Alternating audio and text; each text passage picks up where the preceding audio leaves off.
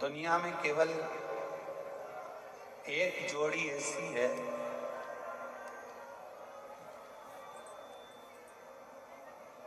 जो एक चले जाने पर दूसरे का अस्तित्व ही खत्म हो जाता है।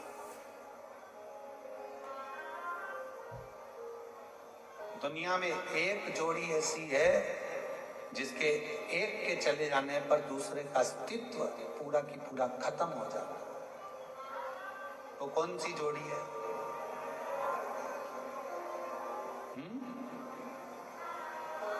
दुनिया में केवल एक जोड़ी ऐसी है जिसके एक के चले जाने पर एक का पूरा अस्तित्व खत्म हो जाता है। वो जोड़ी है चप्पल की जोड़ी।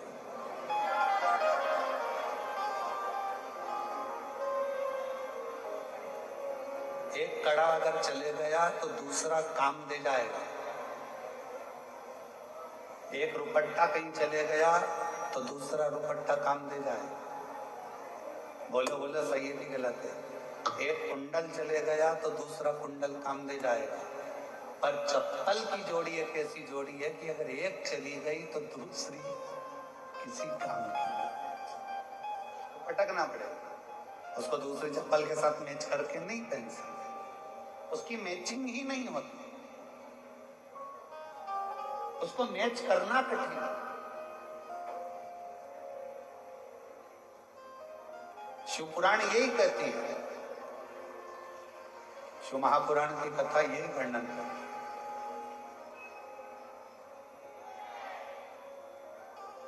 जिसने अपनी जिंदगी में सुख दुख में साथ चला है ना, जो अपनी जिंदगी में सुख और दुख में हमेशा कदम से कदम मिलाकर चला है, तकलीफों को झेलता हुआ चला है, खूब कदम बढ़ा बढ़ा कर चला है, इसने ना पानी देखा ना कीचड़ देखा, इसने ना सुख देखा ना दुख देखा, ये तो बस चलता रहा है मंजिल के लिए। ऐसा जोड़ी जब परमात्मा आपकी बनाकर भेजता है ना, तो उस जोड़ी को फिर छोड़ने का मन नहीं करता। ये जोड़ी तो निरंतर चलते रहना चाहिए, फिर इस जोड़ी का कोई अंत नहीं।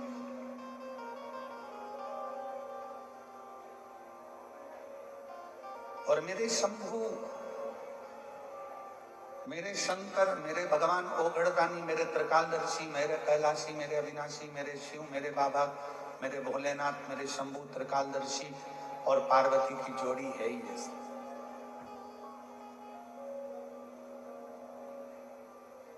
एकांत में बैठे हैं, भगवान का भजन कर रहे हैं, स्मरण कर रहे हैं, संकीर्तन कर रहे हैं, मंत्र जाप कर रहे हैं, नाम जाप कर रहे हैं, नाम स्मरण कर रहे हैं। और फिर निवेदन करें, कभी अगर परमात्मा आप लोगों पर कृपा कर दे और भगवान शिव की करुणा, भगवान शंकर की दया, भगवान शिव की उदारता यदि आप लोगों पर हो जाए, तो कम से कम रोज नहीं तो हफ्ते में एक बार अपने पति के साथ बैठकर शंकर भगवान की या राम जी की या कृष्ण जी की या किसी भी देवी देवता की हरि चर्चा, शिव चर्चा 10 मिनट की जरूर करना चाहिए, जरूर।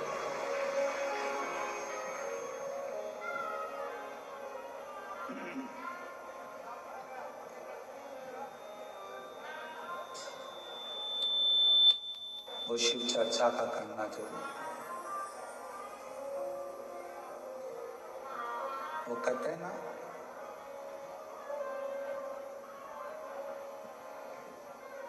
भोलेनाथ सुना दो ऐसी कथा जिसे सुनकर मेरी अमर हो।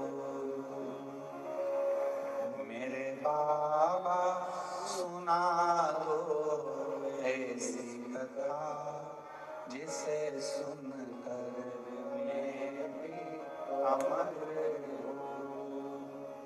जिस कथा को सुना था मीरा ने, जिस कथा को सुना मीरा ने, जिस कथा को सुना था कर्मा ने, जिस कथा सुना था कर मारे, भोलेनाथ सुना दो ऐसी कथा जिसे सुनकर मैं भी अमर हो। मेरे बाबा सुना दो ऐसी कथा जिसे सुनकर मैं भी अमर हो। एक कथा मेरे जीवन में ऐसी सुना दो जिसको सुनकर मैं अमर हो जाऊं। आपको मालूम है पार्वती जी के पूर्व में 50 जन्म हो चुके थे। कभी सती बनी है, कभी कात्यायनी बनी है, कभी कुष्मांडा बनी है, कभी स्कंदा बनी है, कभी गौरा बनी है, कभी कौमार्य बनी है। ना जाने कितने कितने जन्म मेरी माता पार्वती के हो गए। और जब पार्वती मैया पार्वती का जन्म लेने से पहले सती के रूप में प्रकट हुई थी और सती के रूप में प्रकट होकर कुंभज ऋषि की यहाँ कथा सुनने के लिए गई थी। कथा सुनकर वापिस आई थी। राम जी के प्रति उनका विश्वास जागृत नहीं हुआ था। प्राण दक्ष प्रजापति के यहाँ छूट गए थे। तो यज्ञ के कुंड में अपने शरीर को जब छोड़ा था तो कोयल की योनि उनको मिल गई थी और कोयल का जन्म सती को मिला। तो कोयल का जन्म पाकर सती माता ने शिव जी से वर मांगा था कि अगला मेरा जब जन्म हो, मैं जब ये कोयल की योनि से छूटूं, जब मैं कोयल की योनि से छूट जाऊं और अगला जब मेरा जन्म हो तो मुझे कुछ नहीं चाहिए, केवल एक ही चीज चाहिए, आपकी कथा सुनती रहूं और कथा को श्रवण करूं।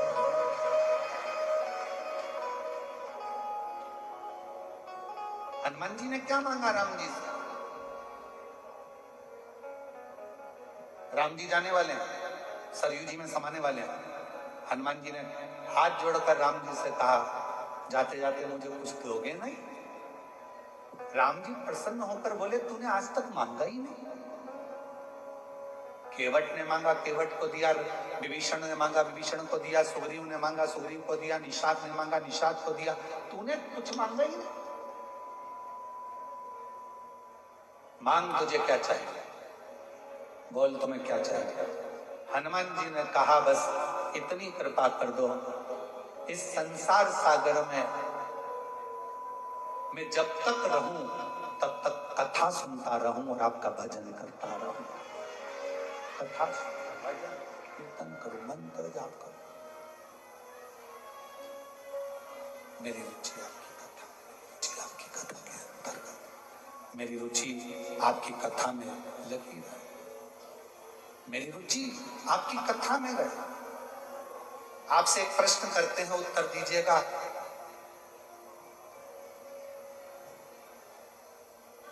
राम जी बड़े हैं कि राम जी का नाम बड़ा है? जम के बोलो। राम जी बड़े कि राम जी का नाम बड़ा? नाम बड़ा। शिव बड़े कि शिव का नाम बड़ा? नाम बड़ा।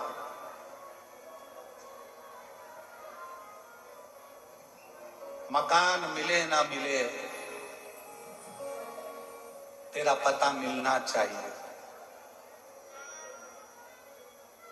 मकान मिले ना मिले, तेरा पता मिलना चाहिए। शिव मिले ना मिले, शिव कथा मिलना चाहिए।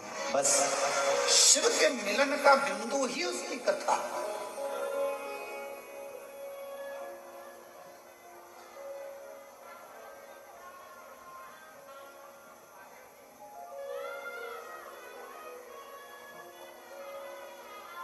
तू मिले ना मिले, मेरे बाबा तुम मिलो ना मिलो कोई बात नहीं, राम जी तुम मिलो ना मिलो कोई बात नहीं, आपकी कथा मिल जाए।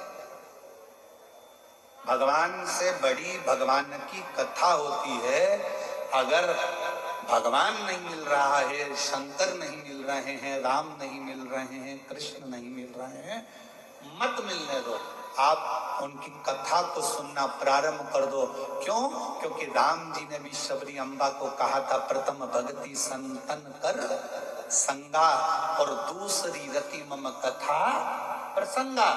संतों का सानिध्य कर, कथा सुन, कथा सुनती रहेगी। और सुन सबरी, तूने मातंग बाबा के कहने पर कथा सुनना प्रारंभ करी, मातंग ऋषि से राम की चर्चा करना प्रारंभ करी, कथा सुनती रही, कथा का मनन चिंतन करती रही, तो एक दिन राम को तेरे दरवाजे पर आना पड़ा। उसी तरह जब हम कथा श्रवण करते रहते हैं, कथा को सुनते रहते हैं, कथा सुनते रहते हैं, तो एक दिन मेरा शंकर तुम्हारे दरवाजे पर तुम्हारा दुख हरने के लिए आ ही जाता है, तकलीफ हरने के लिए आ ही।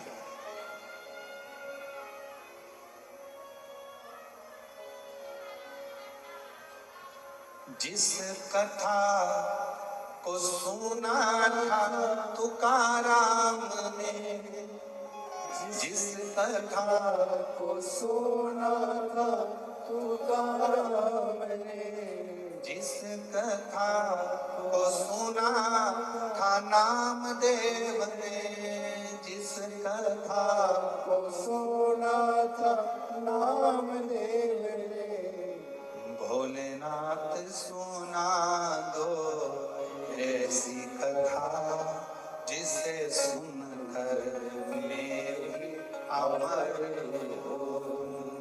मेरे बाबा सुना दो ऐसी कथा जिसे सुनकर मैं भी अमर हो। जिसे सुनकर मैं भी अमर हो, जिसे सुनकर मैं भी अमर हो। डमरू वाले सुना दो ऐसी कथा जिसे सुनकर मैं भी अमर हो। पार्वती जी का जन्म हुआ ही इसलिए है कि उनको कथा सुनना, कथा श्रवण करना।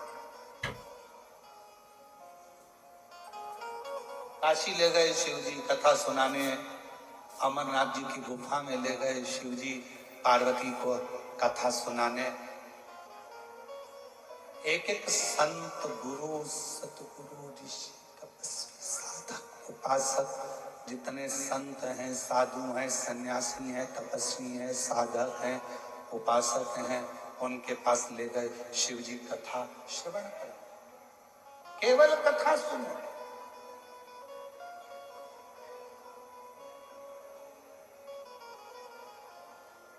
और फिर सुनो मेरी जीजियों, हरियो मेरी बीड़ वाली जीजी, और जितने मेरे बीड़ के जीजा बैठे हैं वो भी सुन लो, जीजियां सुन लो, मेरे बेटा बेटी, माता बहन भाई सब सुनो ध्यान लगाकर। भगवान का मिलना सरल है, पर शिव महापुराण का मिलना बहुत कठिन है, बहुत।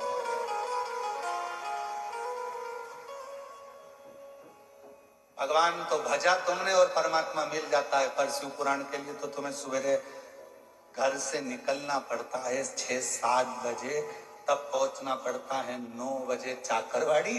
चाकरवाड़ी में दर्शन करके फिर टेंशन रहता है, कहाँ बैठूंगी, और टेंशन लेके फिर जगह ढूंढती है। जगह भी ढूंढे तो मालूम पड़े इधर बैठूं, उधर बैठूं, उधर बैठूं, उधर बैठूं, सब दूर ढूंढा के तब जाकर कहीं जगह मिलती है। और मिल भी गई तो ऊपर वाला तेरे को नहीं छोड़ता, थोड़ी देर में जल वृष्टि कर देता है, तो फिर अंदर भरना पड़ता, खस करिए, खस करिए, फिर जाना पड़ता। कितनी मेहनत। शायद मैं महादेव महाराज जी आपको कहूं, शायद पूरी दुनिया की केवल एक ही कथा ऐसी होती है, शिव पुराण, जिसको बड़ी मेहनत कर सुनना पड़ता है, बहुत मेहनत। अभी हम गाड़ी में आ रहे थे तो महादेव महाराज जी कह रहे थे बड़े भाव से, गुरु जी कल कोई कह रहा था महाराज जी कि 10-10, 12-12 किलोमीटर लंबा ट्रैफिक जाम रहता है, और 2 से 3 किलोमीटर दूर पार्किंग होती है, वहां से भक्तों को पैदल यहाँ आना पड़ता। अब बताओ, इतनी तुम्हारा रिश्तेदार तुम्हारे यहाँ शादी का निमंत्रण देता है, 500 रुपए आने का 500 जाने का देता है, तुम्हारे शादी में विदाई में साड़ी देता है, मिठाई का डब्बा देता है, तो तुम उसके यहाँ नहीं जाते। वहीं गाड़ी खड़ी करोगे शादी के गार्डन के सामने, जानते नहीं हो बुआ हूं लड़के की, ये फूफा है, मैं मामी, ये मामा है। गाड़ी बिल्कुल गार्डन के अंदर चाहिए, गार्डन के अंदर। पर मेरा भोलेनाथ जैसे कैलाश पर अगर कोई आता है तो उसको पहले दूर, जैसे लंका का राजा रावण अपने पुष्पक विमान में बैठकर जा रहा था और जाते जाते पूरे धामों में घूम लिया, पर उसका पुष्पक विमान नहीं रुका। जब कैलाश आया तो रावण का पुष्पक विमान भी आगे नहीं बढ़ पाया, ट्रैफिक में फंस गया। ट्रैफिक में पुष्पक विमान फंस गया था। रावण ने पूरी दम लगा दी, पूरी मेहनत लगा दी और कैलाश पर से विमान को उड़ाने लगा, नहीं उड़ा। आखिर में विमान क्षतिग्रस्त होकर पुष्पक विमान जमीन पर गिर गया। जब रावण का विमान जमीन पर गिरा, रावण क्रोध में लाल हो गया, ये कैसे गिर सकता है, मेरा विमान है, कैसे आ गया। सामने नंदी बैठा था, मुस्कुरा दिया नंदी। नंदी ने कहा, लंकाधिपति ये शिव का धाम है, यहाँ थोड़ा पैदल चलना पड़ता है, तब जाकर सोने की लंका मिल जाती है। ये शिव का धाम है, जहां पैदल चलना पड़ेगा तो सोने की लंका मिल जाएगी। आज भी इतिहास शास्त्र हमारा साक्षी है कि कैलाश पर्वत पर कोई विमान उड़कर नहीं जाता है, आज भी कैलाश पर्वत को लांगा नहीं जाता है। और आज भी शास्त्र हमारे सम्मुख में वर्णन करता है कि भगवान शंकर के धाम, अगर तुमको लगता है कि मंदिर इतनी दूर है, उससे कम 50 कदम दूर पर गाड़ी को रोक दो और पैदल पैदल शिव का नाम लेकर उसके दरवाजे तक जाना, खाली लौट कर नहीं आओगे, भरी झोली लेकर आओगे। लंकापति रावण को गुस्सा आ गया, आखिरी में उसने सोच लिया कि इस कैलाश पर्वत को उठाकर फेंक दूंगा। उठाया कैलाश पर्वत को और दम लगाने लगा उस कैलाश पर्वत को कि मेरा पुष्पक विमान नीचे उतर गया, मेरा पुष्पक विमान क्षतिग्रस्त हो गया। उठाने लगा, हाथ फंस गए उस कैलाश पर्वत के नीचे, चीख पड़ा, चिंगाड़ पड़ा, चिल्लाने लगा।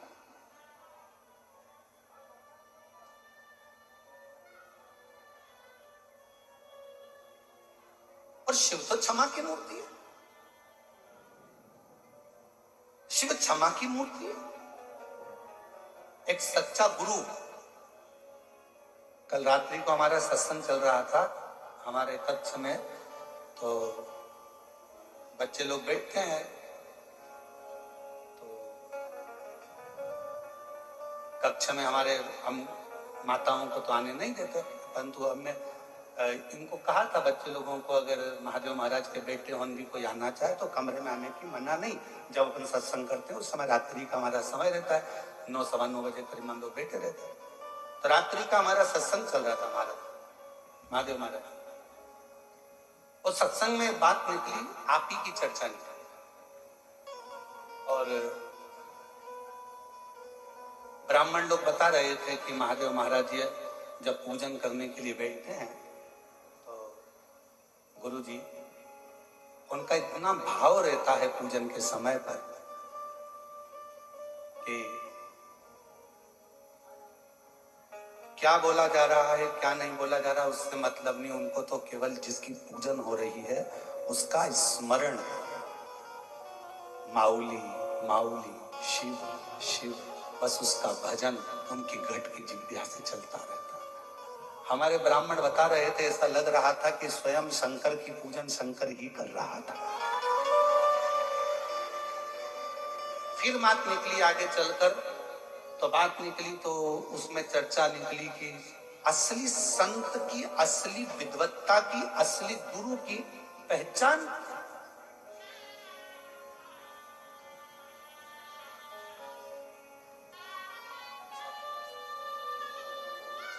हमारे बीच में जिन्होंने अयोध्या के राम मंदिर की प्राण प्रतिष्ठा का मुहूर्त निकाला, जिन्होंने अवध की पवित्र भूमि पर राम मंदिर का मुहूर्त निकाला, ऐसे काशी के विद्वत परम पूज्य 1008 श्री गणेश्वर द्रविड़ शास्त्री जी पधारे हैं। एक बार जोरदार ताली बजाकर स्वागत करिए, जिनकी विद्वत्ता आज संपूर्ण विश्व देखता है, सुनता है।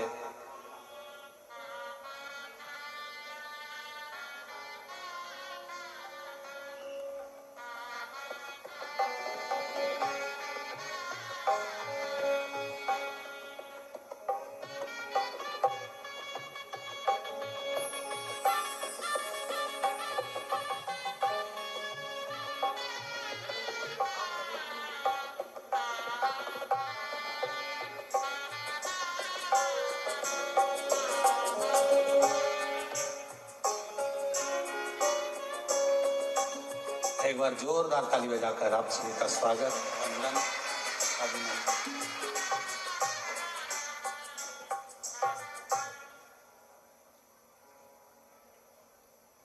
सदा आपके रूप में आज शिव महापुराण में आपका आगमन, ऐसा लगता है स्वयं मेरे काशी के विश्वनाथ आकर विराजमान हुए हैं।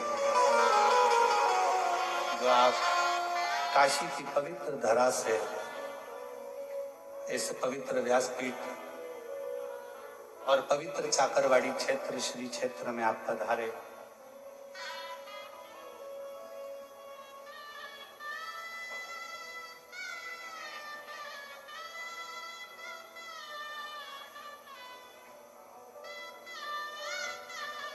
जब हमारे भारत की भूमि के माननीय प्रधानमंत्री जी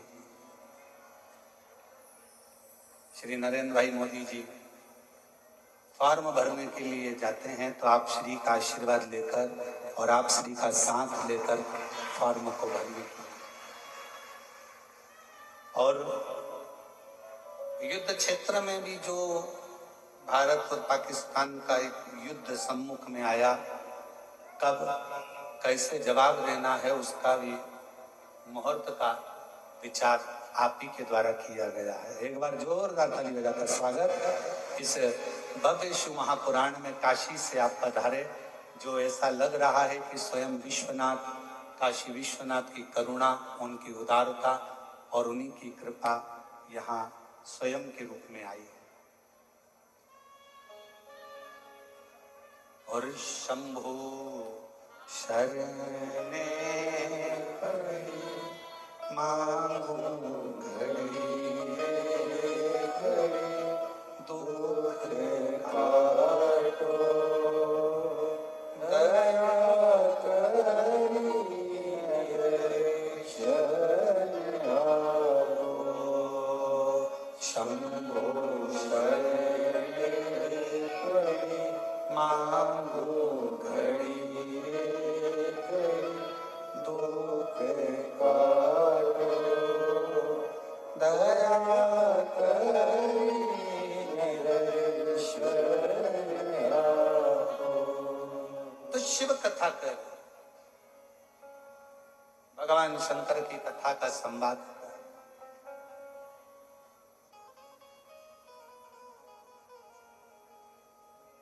विमान बढ़ता नहीं, रावण को क्रोध आ गया,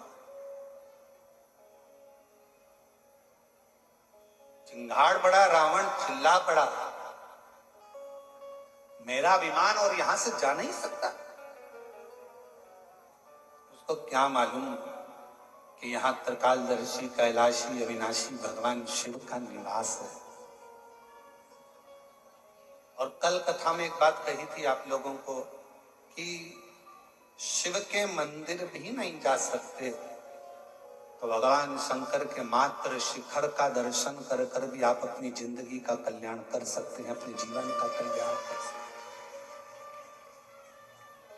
मात्र शिखर का दर्शन। और अभी आपको कथा में वर्णन किया कि 1000 योजन दूर बैठकर भी अगर कोई गंगा माता का नाम ले लेता है तो उसको भगवान नारायण का धाम वैकुंठ प्राप्त हो जाता है। और पूरे भूमंडल में बैठकर कहीं पर भी अगर शिव का नाम, विश्वनाथ का नाम, मेरे भगवान शंकर की काशी विश्वनाथ का, मेरे शिव का नाम अगर ले लिया जाता है तो उसका अगला जन्म मृत्यु लोक में होता ही नहीं, होता ही।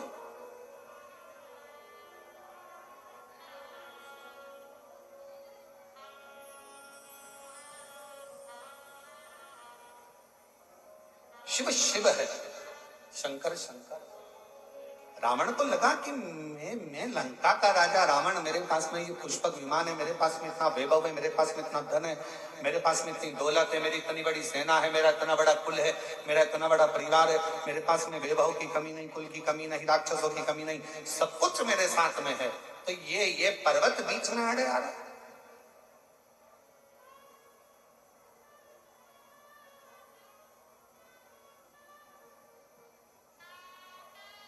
और ये पर्वत अगर बीच में आड़े आ रहा है तो इसकी श्रेष्ठता क्या? उठाना चाहा, नहीं, समझ में आ गया कि गलती।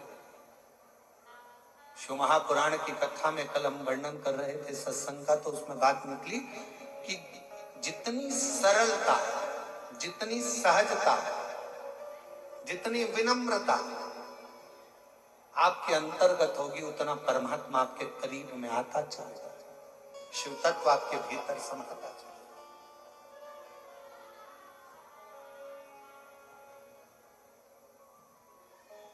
शिव कथा कह रही है पार्वती जी का जो जन्म है, माँ पार्वती का जो अवतार है, पार्वती जी का जो प्राकट्य है, उसका होने का कारण ही केवल इतना है कि मुझे शिव की कथा, मुझे राम की कथा, मुझे भगवान की कथा श्रवण करना, केवल परमात्मा की।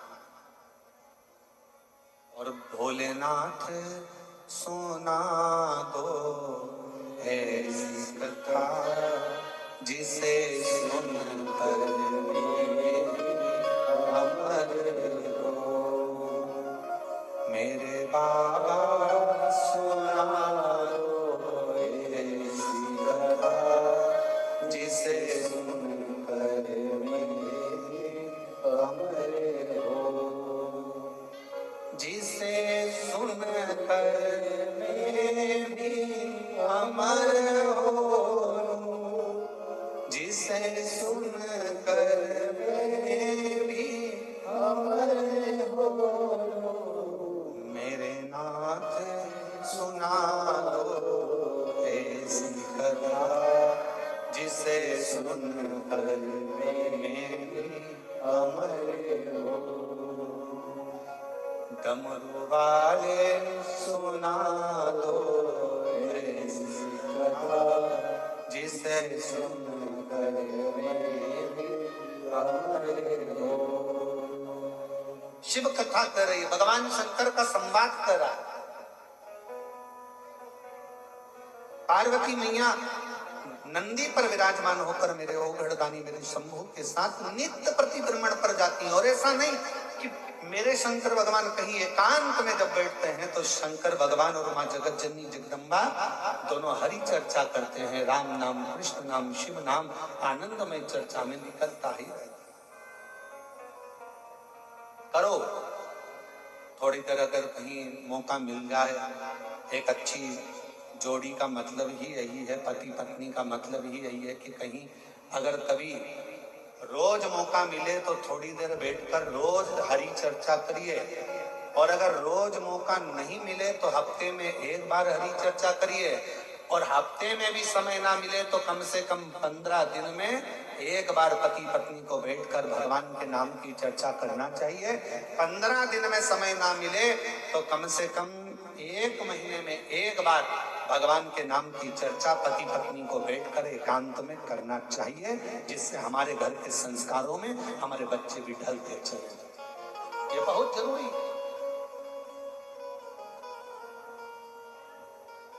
ये उसी तरह है जैसे वक्त अच्छा ना चले तो खूब मेहनत करो। वक्त अच्छा नहीं चल रहा ना, मेहनत करना चालू कर दो, अच्छी खूब दम से मेहनत करो। मेरा समय अच्छा नहीं चल रहा है, थोड़ी मेहनत ज्यादा करूंगा, जरूर मेरा बाबा साथ देगा। और जिसने मेहनत करी वो कभी हारा नहीं है, जिंदगी में आगे ही बढ़ता चले। वक्त अच्छा ना चले तो थोड़ी मेहनत ज्यादा करो, मेहनत परिश्रम ज्यादा करो, कर्म ज्यादा करो। और जब वक्त अच्छा चले, बहुत अच्छा अगर तुम्हारा वक्त चल रहा है, तो जो दुखी हैं उनकी सहायता करो, उनको आगे बढ़ाने का प्रयास। अच्छा वक्त है, भगवान ने मौका दिया है, आप लोग आपको इस लायक बनाया है, तो दूसरे को सपोर्ट करिए, सहायता करिए, थोड़ा आगे बढ़ाने का प्रयास करिए, थोड़ा समझाने का प्रयास करिए। आपकी सुनते हैं तो आप समझा सकते हैं। वक्त अच्छा नहीं है, मेहनत करो, परिश्रम करो, पर मेहनत भी ऐसी, परिश्रम भी ऐसा, उसमें किसी को हमारे द्वारा, हमारी वाणी के द्वारा, हमारे शब्दों के द्वारा, अपने तन के द्वारा, अपने शरीर के द्वारा, अपने विचारों के द्वारा, अपने मन के द्वारा, अपनी दृष्टि के द्वारा, अपनी काया के द्वारा किसी को कष्ट ना हो। फिर वही वाली बात आ गई, मत बुरे कर्म कर वरना पछताए, भगवान की आंखों से तू बच नहीं पाएगा, तू बच नहीं पाएगा। अरे ओ अज्ञानी मत कर नादानी, तेरे कर्म का फल भी तो ही पाएगा, जैसा किया तूने तेरे आगे आएगा। मत बुरे कर्म कर बंदे वरना पछताएगा, भगवान की आंखों से तू बच नहीं पाएगा, तू बच नहीं पाएगा। अरे ओ अज्ञानी मत कर नादानी, अरे ओ अज्ञानी मत कर नादानी। अच्छा समय मिले तो खूब, भगवान ने मौका दिया, वैभव दिया, धन दिया, दौलत दी, सत्ता दिया, तुम्हें ज्ञान दिया, तुम्हें विद्वत्ता दी, तो अच्छा वक्त अगर परमात्मा ने दिया है तो उसको समर्पित करो दीनहीन की सेवा में।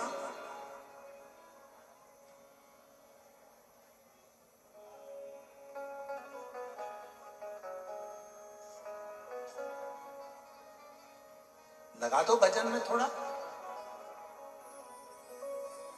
पार्वती मैया का नित्य विचार था कथा को श्रवण कर। अमरनाथ जी की गुफा में जाकर करा क्या मां जगत जननी जगदम्बा ने? केवल शिव जी से कहा मुझे कथा श्रवण करा दो, जिसके लिए मेरा जन्म हुआ है।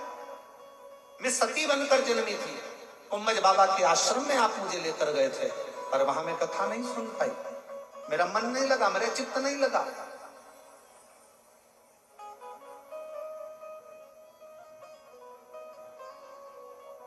मेरा मन, मेरा चित्त कथा में नहीं लगता है। इसलिए मैं आते आते भी राम जी की परीक्षा ले ली, जान नहीं पाई कि ये सम्मुख में खड़े हुए परमात्मा भगवान श्री राम है। मैं तो सोची कि आप किसके लिए आंसू बहा रहे हो, ये मनुष्य के लिए, मानव के लिए। महाराज हम पहचान नहीं पाते संसार में जन्मे हुए कई महापुरुषों को, और जब वो महापुरुष हमारे बीच में से चले जाते हैं तब हमको उनका स्मरण आता है कि वो थे तो उनको हमने जाना नहीं, हम पहचान नहीं पाए।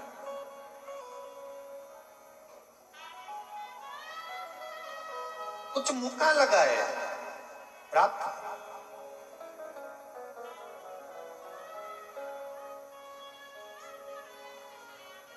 कथा रोज, सत्संग रोज करो। पार्वती जी ने भगवान शिव से कहा कि मेरा ये जन्म, मेरा जो ये वापिस मेरा जो जन्म हुआ है, इतने जन्मों के बाद मैं वापिस जो आई हूं आपके पास में, बस केवल कथा के लिए, केवल मुझे सुनना है, सुनना।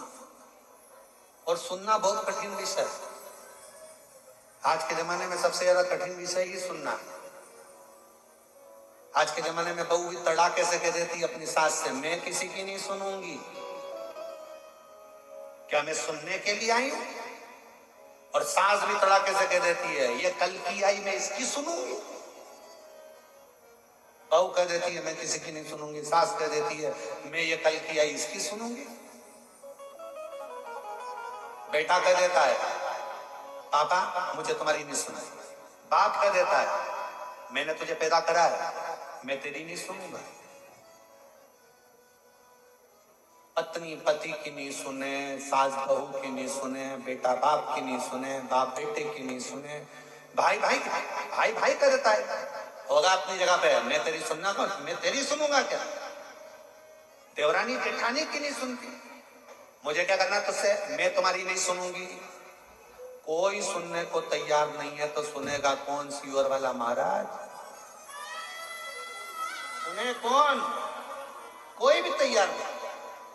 मैं तुम्हारी नहीं सुनूंगी, मैं तुम्हारा नहीं सुनूंगा, मैं तुम्हारी नहीं सुनूंगी। सास मना करे, बहू मना करे, बेटा मना करे, बाप मना करे, भाई मना करे, बंधु मना करे, सखा मना करे, दोस्त भी मना कर देते मैं तेरी नहीं सुनूंगा, रिश्तेदार मना कर देते मैं तुम्हारी नहीं सुनूंगा। सुनेगा कौन? सबसे कठिन काम तो सुनना ही है। और पार्वती जी ने वही कहा कि भोलेनाथ सुना दो जिसे सुंदर, बस मुझे सुनना है, केवल सुनना, और सुनना ही सबसे कठिन काम।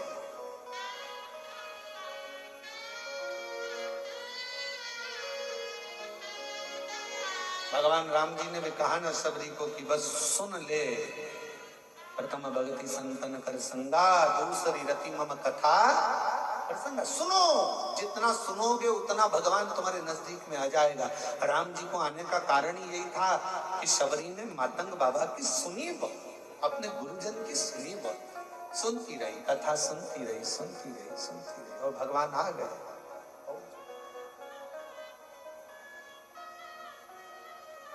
सबसे कठिन विषय है सुनना,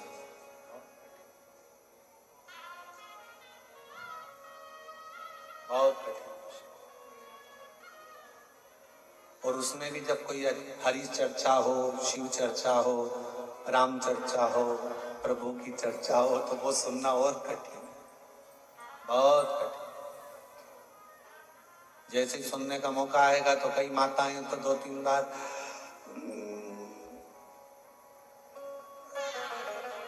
बहुत कठिन है सुनना, बहुत। पर पार्वती मैया एकदम जागरूक होकर एकदम, प्रभु कथा सुनना है, ठीक है। और केवल पार्वती जी ने कथा नहीं सुनी है, केवल माँ पार्वती जी कथा नहीं सुनती हैं, माँ जानकी जी भी जितने समय मेरे भगवान राम जी के साथ में रही तो राम जी से चर्चा, भगवान की कथा सुनती है। माँ रुक्मणी, माँ सत्यभामा, माँ जामवंती, माँ कानंदी, माँ मित्रविंदा, जितनी जितनी भगवान कृष्ण की रानियां थी, सारी रानियां बैठ जाती थी और भगवान कृष्ण से भगवान की कथा श्रवण करती। और कितना सुंदर था, एक प्रसंग सुनाया महाराज, वो प्रसंग आता है कि सत्यभामा जी एक दिन मौका पाली और माँ सत्यभामा जी ने देखा एक बार भगवान कृष्ण को एकांत में बैठे हैं, शांति से बैठे हैं, एकदम मौन होकर बैठे हैं, स्तुप्त होकर बैठे हैं। सत्यभामा जी पहुंच गई भगवान कृष्ण के पास। तुरंत जब साधु, सन्यासी, तपस्वी, साधक, उपासक, कोई महात्मा, कोई विद्वत जन तुम्हारे नजदीक में हो और एकदम मौन होकर एकांत में बैठे हुए हो और तुम्हें लगे कि अभी कोई नहीं है, मुझे मौका मिल रहा है थोड़ी सी देर बैठकर मैं हरी चर्चा कर लूं, थोड़ा सत्संग कर लूं, कुछ मांगने की चर्चा नहीं, कुछ प्राप्त करने की चर्चा नहीं, केवल चर्चा कर लूं कि मेरा परमात्मा मुझे कैसे मिल सकता,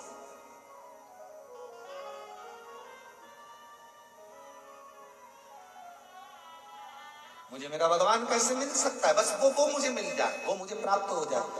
सतमामा जी ने विचार करा कि आज भगवान कृष्ण एकदम मौन होकर बैठे हैं, शांति से बैठे हैं, चुप बैठे हैं, प्रयास करती हूँ कि मैं थोड़ी देर जाकर उनसे चर्चा करती हूँ कि इनमें कुछ सत्संग कर लेती हूँ। और सत्यभामा जी ने देखा ना रुक्मणी जी थी, ना मित्रवृंदा थी, ना लक्ष्मणा थी, कोई नहीं थी, ना जामन कोई।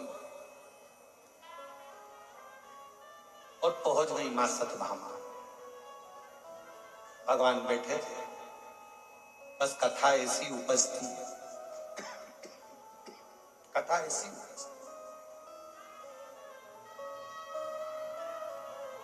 बैठे।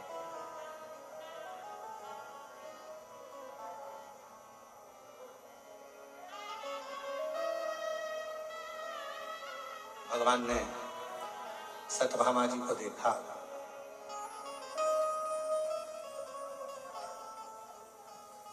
भगवान कृष्ण मुस्कुराने लगे। ईश्वर और औषधि ये दोनों एक समान है। कौन कौन? जम के बोलो। ईश्वर और औषधि ये दोनों एक समान है। औषधि का काम है तन के रोग मिटाना और ईश्वर का काम है मन के रोगों को समाप्त करना। अंदर विकार आ गया, काम आ गया, आसक्ति आ गई, लोभ आ गया, तृष्णा आ गई, वासना आ गई, कोई गलत विचार आ गया, गलत चित्त में धरा गया, कोई मन में कोई गलत भाव आ गया। ईश्वर और औषधि दोनों एक समान है। औषधि का काम है तन में अगर कोई रोग आ गया तो वो औषधि मिटाएगी।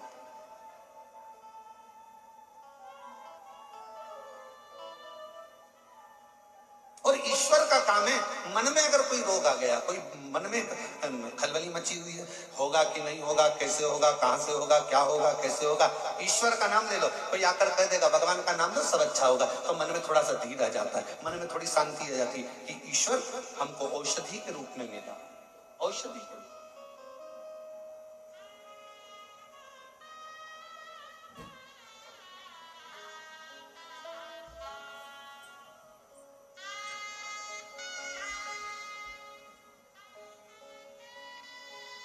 बस उस शिव नाम में भगवान कृष्ण के पास पहुंच गई सत्यभामा जी, बैठ गए। और बैठकर मां सत्यभामा जी ने भगवान को देखा और भगवान बड़े मुस्कुरा रहे थे सत्यभामा को देखकर, उनके चेहरे पर प्रसन्नता थी। सत्यभामा समझ गई, भगवान को लग गया कि मैं आ गई।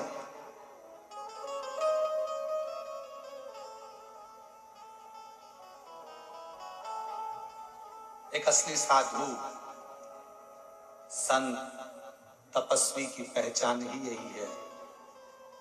सामने खड़े हुए व्यक्ति का चेहरा देखकर वो जान जाते हैं कि इसको चाह क्या है, क्या इसके अंदर कितनी परमात्मा से मिलने की एक जिज्ञासा, एक ललकता इसके भीतर उत्पन्न कितनी।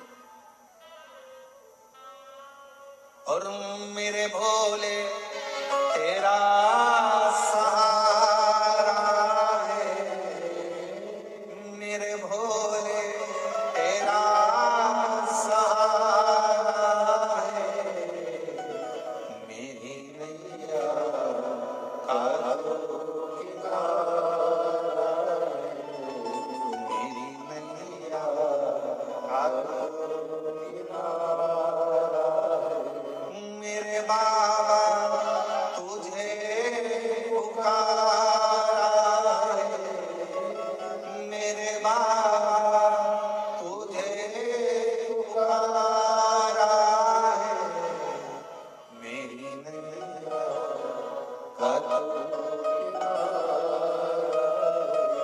मेरी नैया का तो किनारा। बस उसको पाने की ललकता। मां भगवान कृष्ण मुस्कुरा दिए, सत्यभामा आकर बैठी, उसको देखे सत्यभामा जी समझ गई भगवान ने मुझे देख लिया, बस इतना जान गई। और भगवान कृष्ण मुस्कुरा कर बोले, सत्यभामा मैं जानता हूं तुम मेरे पास क्यों आई, किस लिए आई। क्यों प्रभु आप जानते हैं? हाँ पूछो, क्या पूछना है तुमको। भगवान कृष्ण से सत्यभामा जी ने पूछा, मेरे पास में आप जैसे मुझे पति मिले,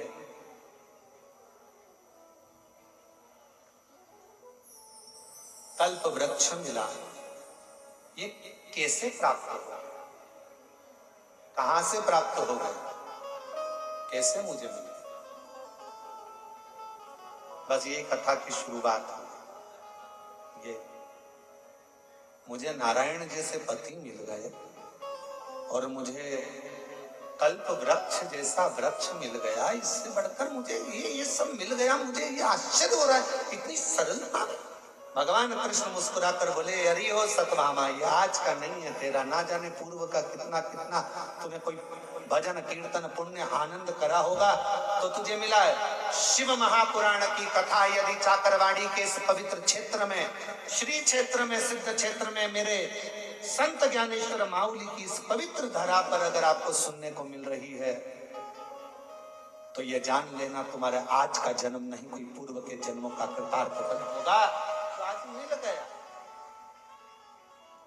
और उसमें भी काशी से पधारे हमारे परम पूज्य श्री गणेश्वर द्रविड़ शास्त्री जी महाराज जी का भी आगमन हो गया।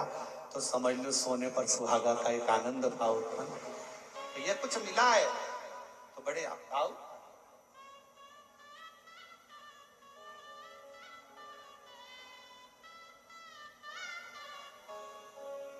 शिव कृपा, इसलिए वो कहते हैं, हे बोला शंकरा, हे बोला शंकरा,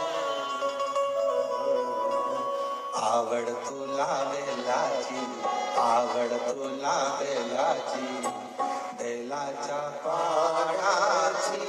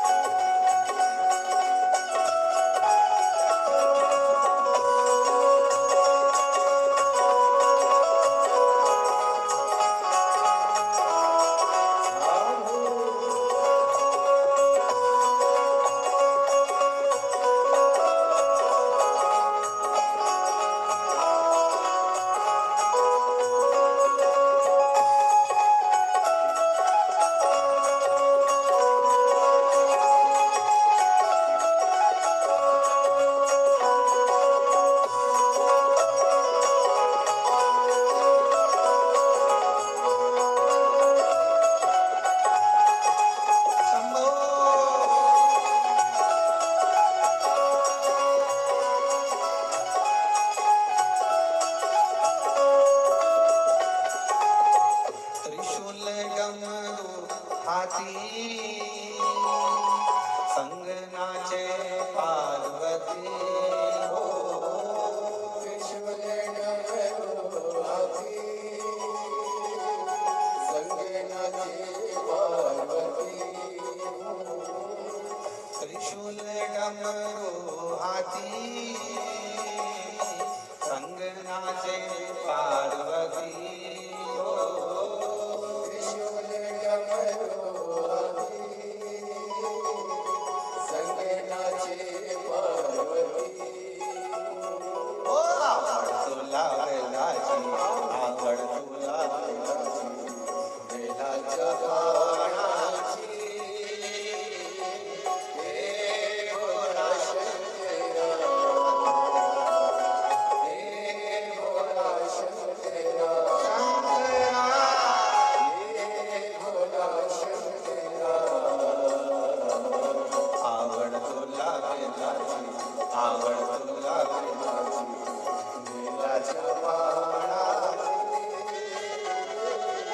हे भोला शंकरा हे भोला शंकरा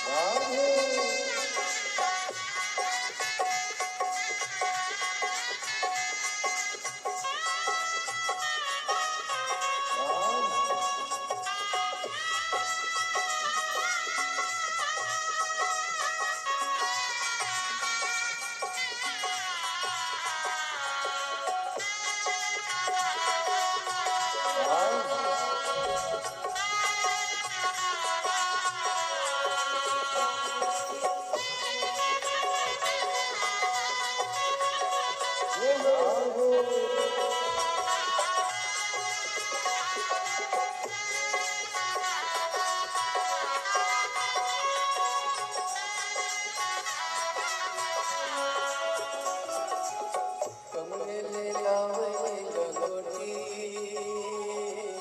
गडगडा कपटोलती हो कमलेले लावले लंगोटी गडगडा कपटोलती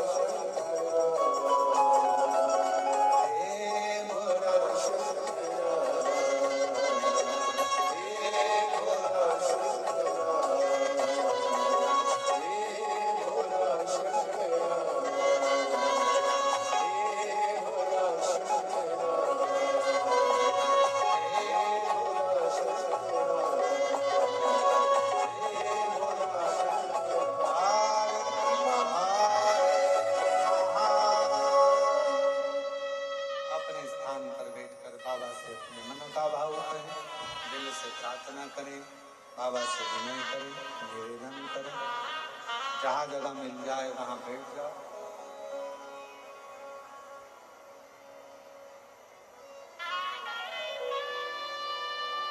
हृदय से प्रार्थना करिए।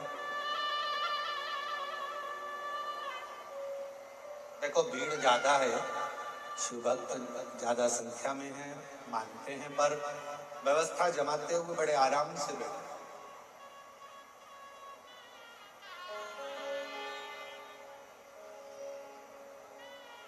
हृदय से बाबा को प्रार्थना करो, निवेदन करो, विनय करो। साथ में सभी लोग एक साथ बाबा से प्रार्थना करें, निवेदन करें।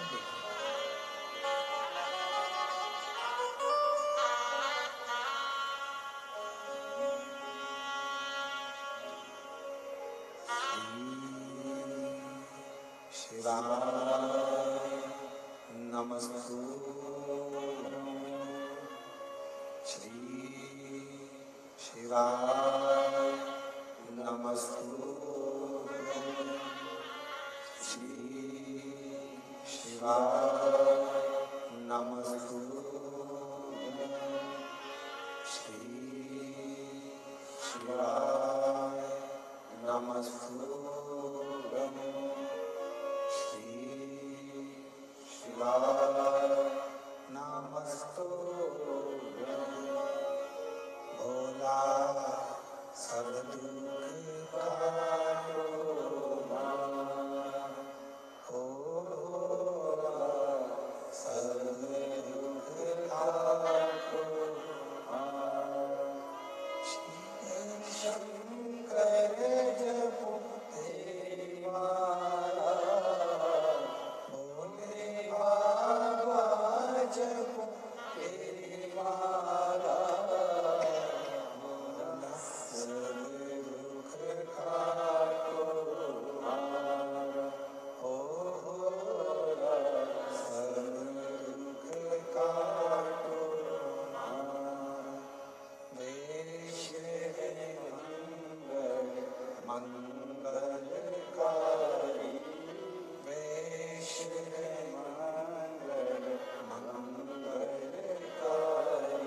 शमशान वासी हमारा, शमशान वासी हमारा ओ भोला सब दुख काटो ओ भोला सब दुख काटो।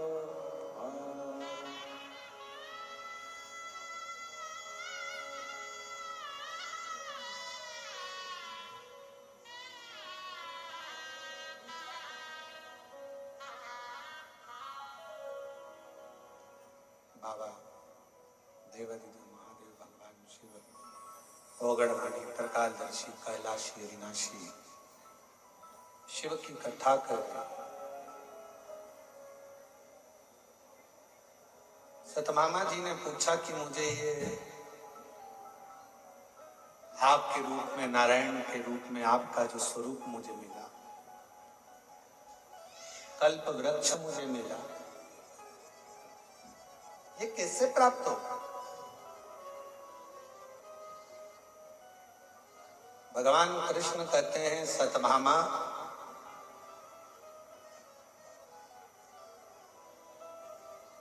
मायापुरी में एक देव शर्मा नाम के ब्राह्मण हुए। आंतरी गोत्र में उनका जन्म हुआ।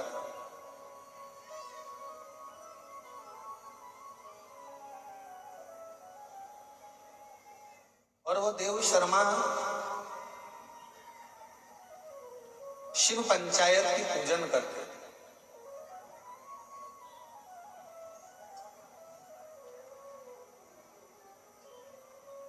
सूर्य नारायण भगवान की, भगवान विष्णु की, भगवान गणेश जी महाराज की, मेरे देव अधिदेव महादेव की, मां जगत जननी। और वो देव शर्मा का नियम था, सूर्य नारायण भगवान को अर्घ देना, भगवान नारायण का मंत्र जाप करना, शिवालय में जाकर दीप दान करना, भगवान गणेश और मां आद्य शक्ति दुर्गा की आराधना। सतभामा उनकी एक अवस्था जाती चली गई और उनके घर में संतान का सुख नहीं है। बड़े दुखी थे।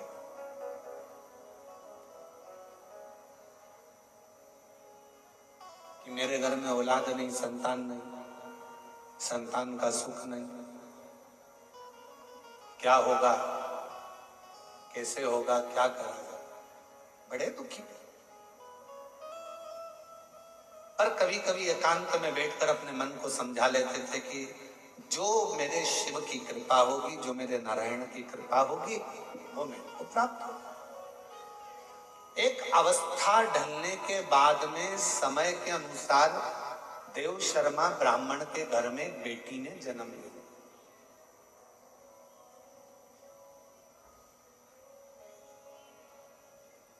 और पिताजी ने अपनी बेटी को भी वही शिव पंचायत पूजन का विधान बता दिया। सूर्य नारायण भगवान को अर्घ देना, शिवालय में दीपदान करना, नारायण का गुणगान करना, भगवान विष्णु का जप करना, माँ आद्य शक्ति दुर्गा भवानी की पूजन करना, श्री गणेश जी महाराज का स्मरण करना। ऐसा करते करते करते करते बेटी बड़ी हो गई।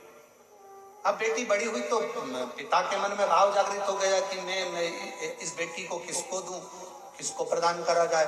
तब उनके स्मरण में आया कि मेरा एक मित्र था और उस मित्र का एक बेटा है, और मैंने अपने मित्र को मरते मरते वचन दिया था कि तेरे पुत्र से अगर मेरे घर में पुत्री हो गई तो तेरे पुत्र से मैं अपनी बेटी का विवाह करूंगा।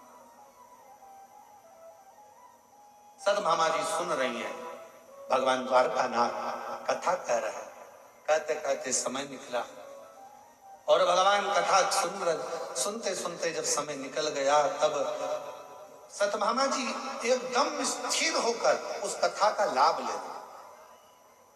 स्थिर होकर जैसे माँ आदिशक्ति दुर्गा भवानी जगत जननी माँ पार्वती जी अमरनाथ जी की गुफा में जब कथा श्रवण करने के लिए बैठती हैं, नंदी को दूर छोड़ दिया जाता है, सर्प को दूर छोड़ दिया जाता है। यहाँ तक भगवान शंकर जब कथा कहने के लिए बैठते हैं तो माँ आदिशक्ति को त्रिशूल देकर कहते हैं कि इस पूरी स्थान से सारे जीव जंतुओं को यहां से भगा दिया जाए, क्योंकि मैं आपको कथा श्रवण करा।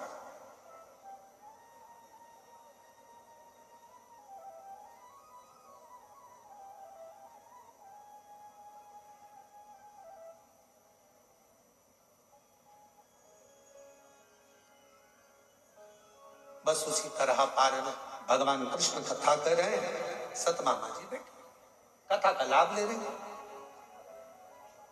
देव शर्मा ब्राह्मण ने विचार करा कि मेरा मित्र जो मर गया है, प्राण छूट गए हैं, उसका एक बेटा है जिसका नाम चंद्र है। उस चंद्र के साथ में अपने बेटी का विवाह कर। समय निकला, आया और बेटी का विवाह। सतभामा ब्राह्मण की बेटी का विवाह हुआ, समय बीतता है। कुछ ही समय निकला था कि देव शर्मा ब्राह्मण अपने दामाद चंद्र के साथ कहीं जा रहे थे और वहां से लौट कर आते समय पर एक असुर ने उनको घेर लिया। असुर था भूखा, भूख बहुत लग रही थी। उसने रोका, पकड़कर वो खा गया। चंद्र ने कभी शिव की आराधना नहीं करी। जो देव शर्मा ब्राह्मण के जो दामाद थे, उसने कभी शंकर की आराधना नहीं करी, कभी नारायण की आराधना नहीं करी, कभी किसी देवता की आराधना नहीं करी। पर देव शर्मा ब्राह्मण भगवान शिव की भक्ति करता, स्मरण करता, शिवालय में दीपदान करता, भगवान शंकर की आराधना करता, तो वो असुर के खाने पर भी चंद्र देव शर्मा का साथ पकड़ लिया। तो इन दोनों को भगवान वैकुंठ का वास प्राप्त हो गया, वैकुंठ का निवास प्राप्त हो गया। ये दोनों जीव भटके नहीं, परमात्मा के धाम को। सतभामा पर पति और पिता के जाने के बाद वो लड़की अकेली रही, अकेली। पति और पिता के जाने के बाद वो लड़की अकेली, अकेली। और वो लड़की बिलखने लगी, रोने लगी, विलाप करने लगी, रोने लगी। और रोते हुए उस लड़की को जब देखा, रहा नहीं गया। गांव के लोगों ने समझाया, तुम्हारे पिता चले गए, तुम्हारे पति चले गया, क्यों दुख मनाती हो? कोई बात नहीं, तुम्हारे पिता जिस शिव की आराधना करते थे, तुम्हारे पिता जो नारायण की आराधना करते थे, माँ जगतजननी की आराधना करते थे, माँ भगवान गणेश की आराधना करते थे, सूर्य की उपासना करते थे, क्यों ना तुम भी तुम्हारे पिता के बतलाए मार्ग पर चलो। जानकर बेटी ने विचार करा। चातुर्मास का 4 महीना मिला था, क्यों ना सावन के इस पवित्र अवसर पर मैं भगवान शिव की आराधना करना प्रारंभ। जैसे जैसे समय बदलेगा, भादो आएगा, कुंवर आएगा, कार्तिक आएगा, मैं दीपदान करूंगी, भगवान की भक्ति करूंगी, नारायण की आराधना करूंगी, उपासना करूंगी।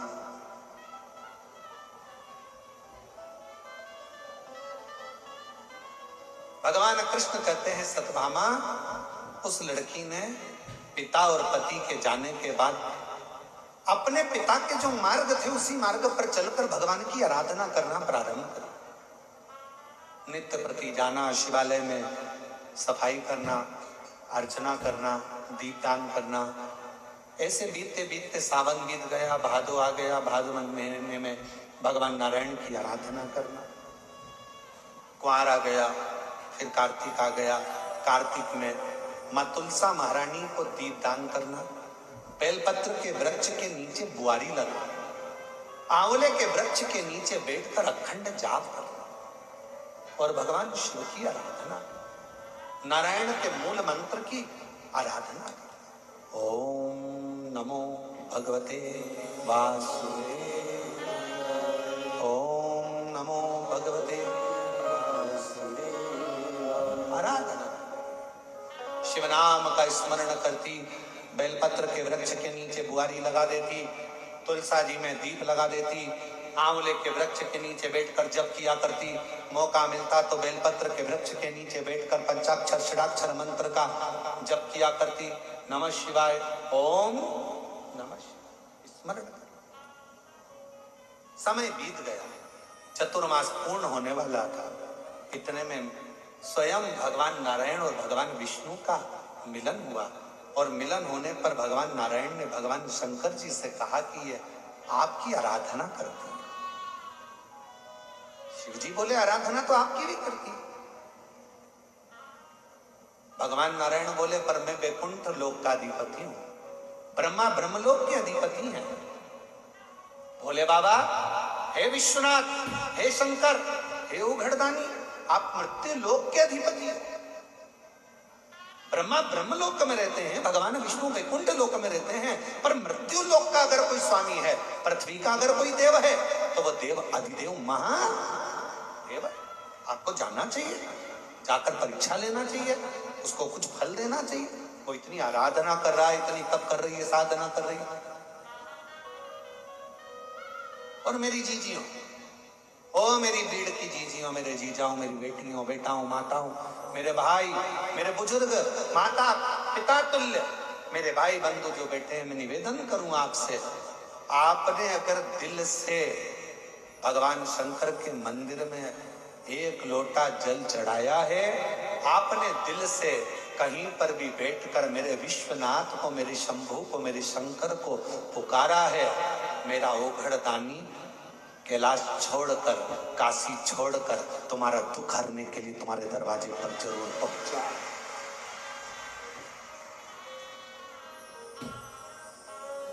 और कोई पिछले जन्म के अच्छे कर्म मुझे बाबा तेरा, कोई पिछले जन्म के अच्छे कर्म मुझे बाबा तेरा, जहाँ सारी दुनिया झुकती है, जहाँ सारी दुनिया झुकती है, मुझे वो आदि दरबार मिला, दरबार मिला। कोई पिछले जन्म के अच्छे कर्म मुझे बाबा तेरा। अभी आपको कथा में कहा था, एक नाम के ढेर सारे लोग रहते हैं, एक ही तिथि में जन्मे हुए ढेर सारे लोग रहते हैं, एक ही समय पर जन्मे हुए ढेर सारे लोग रहते हैं, पर आपकी रंगत, आपकी संगत और आपकी मेहनत आपको अलग सा जीवन जीने का एक आनंद प्रदान कर देती है, आपकी पहचान बना देती है। आपका परिश्रम, आपकी मेहनत, आपकी संगत, आप कहां बैठ रहे हो, किस जगह पर बैठ रहे हो, किससे मिल रहे हो, किसके साथ बैठ रहे हो, ये आपकी पहचान बनाएगी। एक मक्खी सब्जी पर बैठती है, उसकी कोई कीमत होती है क्या? जम के तो बोलो, आवाज नहीं आई। नहीं। मक्खी शक्कर पर बैठी, उसकी कोई कीमत हुई क्या? अरे बोलो जम के। नहीं। मक्खी जूता चप्पल पर बैठी, उसकी कोई कीमत हुई क्या? नहीं। पर वही मक्खी उड़ते उड़ते सुनार की दुकानों पर चले जाए और सुनार सोना तोल रहा हो, उस सोने पर मक्खी अगर बैठ जाए तो मक्खी भी 5,000 की हो जाती है। कहां बैठी है वो देखा। सब्जी पर कीमत मक्खी की नहीं है, जूते पर बैठी मक्खी की कीमत नहीं है, फल पर बैठी मक्खी की कीमत नहीं है। पर मक्खी अगर चतुरता करे, सोने हीरा तुल रहा हो, हीरे का कैरेट निकाला जा रहा हो, हीरे को तोला जा रहा हो और हीरे पर मक्खी बैठ जाए तो मक्खी भी हीरे की कीमत के बराबर हो जाती है। उसी तरह आप कहाँ बैठ रहे हो? पान की दुकान पर बैठ गए तो लोग वो कहते हैं ना, बड़ी बड़ी बैठने के स्थान की कीमत है। एक ड्राइवर अपनी जगह से उठ गया, उसकी जगह पर कोई दूसरा बैठ गया। जितने लोग निकल के जा रहे थे वो एक ही बात कर रहे थे, ड्राइवर साहब गाड़ी कितनी देर में चलेगी? फिर किसी ने कहा, ड्राइवर साहब कहां जा रही है बस? ड्राइवर दूसरा था, चलाने वाला दूसरा था, वो तो उतर के चाय पीने गया। उसकी सिंहासन पर, उसकी कुर्सी पर, उसकी सीट पर कोई दूसरा बैठ गया तो लोगों ने उसको ड्राइवर कहना प्रारंभ कर दिया। उसी तरह आप कहाँ बैठ रहे हो? पान की दुकान पर बैठोगे तो पान जैसा व्यवहार मिलेगा, कहीं दूसरी जगह पर बैठोगे तो दूसरी जगह जैसा व्यवहार मिलेगा। मदिरा की दुकान पर बैठ गए तो सब तुमको नकारते हुए, धिक्कारते हुए ही जाएंगे। कहीं जुआरी के पास बैठ गए तो भी तुम्हें नकारा जाएगा, धिक्कारा जाएगा। और कहीं अगर किसी सदगुरु की शरण में जाकर बैठ गए तो तुम्हारा सम्मान होना प्रारंभ होगा। और यह प्रसंग कहीं दूसरा जगह का नहीं, इसी महाराष्ट्र की पवित्र भूमि का। महादेव महाराज जी, महाराष्ट्र की पवित्र भूमि पर संत तुकाराम जी का चरित्र आता है। कितना सुंदर चरित्र है। संत तुकाराम जी एक बार बैठे हुए थे, रात्रि को नींद नहीं आ रही थी।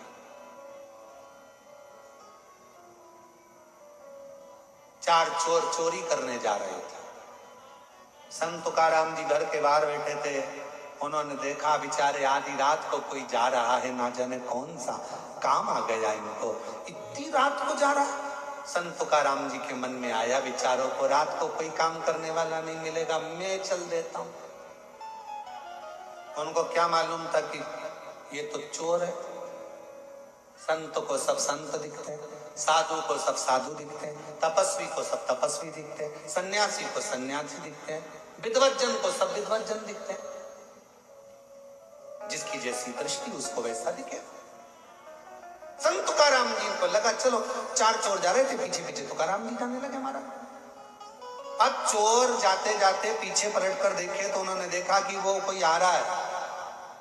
तो चारों चोरों ने विचार करा, अब इन्हें देख ही लिया है तो साथ में रख लो।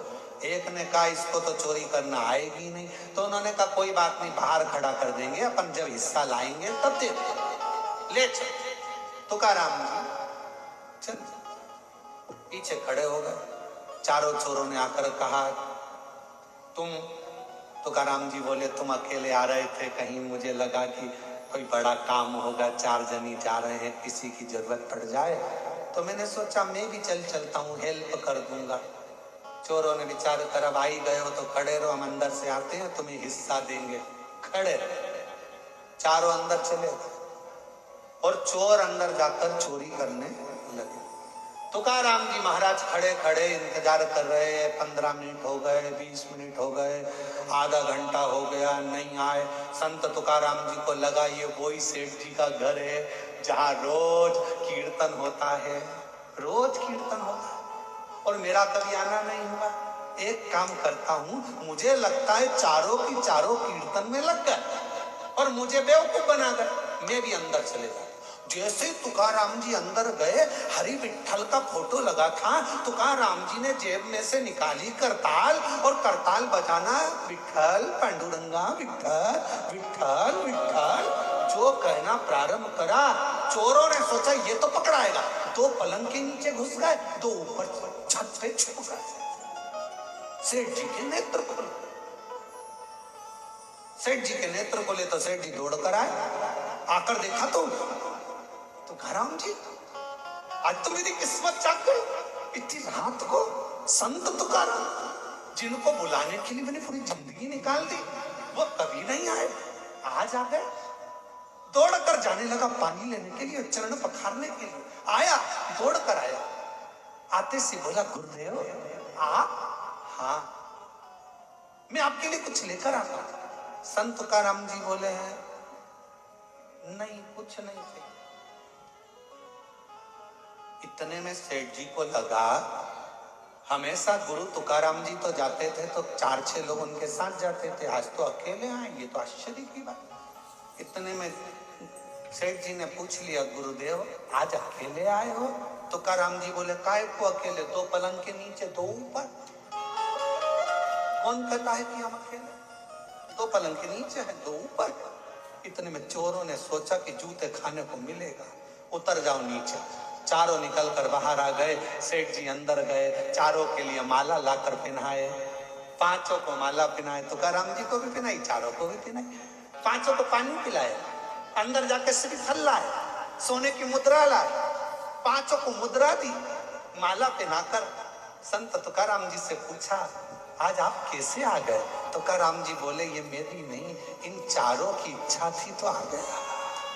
मेरी इन चारों की इच्छा थी, आ गया। तुकाराम जी वापिस जाने लगे। सेठ जी हाथ जोड़कर कहने लगे वापिस कब कृपा करोगे? तुकाराम जी बोले जब ये चारों ले आएंगे, जब ये चार लेकर आएंगे।